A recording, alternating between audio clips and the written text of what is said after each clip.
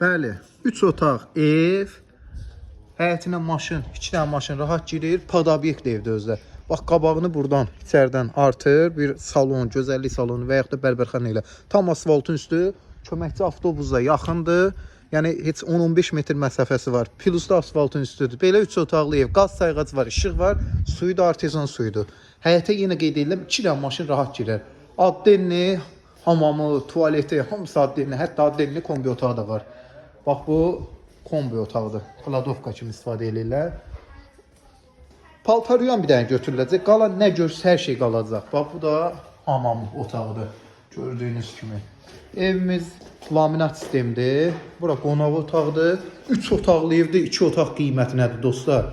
Mətbəximiz, mətbəx mebeli qalır. Bu bir yataq otağı, abo illüstrundan belə hər şey var da yəni bu evdə. Bu da digər yataq otağı.